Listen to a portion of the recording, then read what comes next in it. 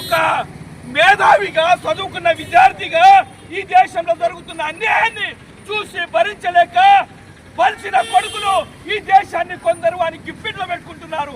ఈ దేశం అందరిది, మరి ఈ దేశంలో ఈ మాదిరిగా దౌర్జన్యం ఎందుకని జీవితం అంతా ఆదివాసుల బతుకులలో గడిపిన ఈయన కేశవరావు గారు మన మధ్యలో లేకపోవడం ఈ పూటకి వెనుకౌంటర్లు ముమ్మాటికి వెంటనే నిలిపివేయాలి, శాంతి చర్చలు కొనసాగించాలి.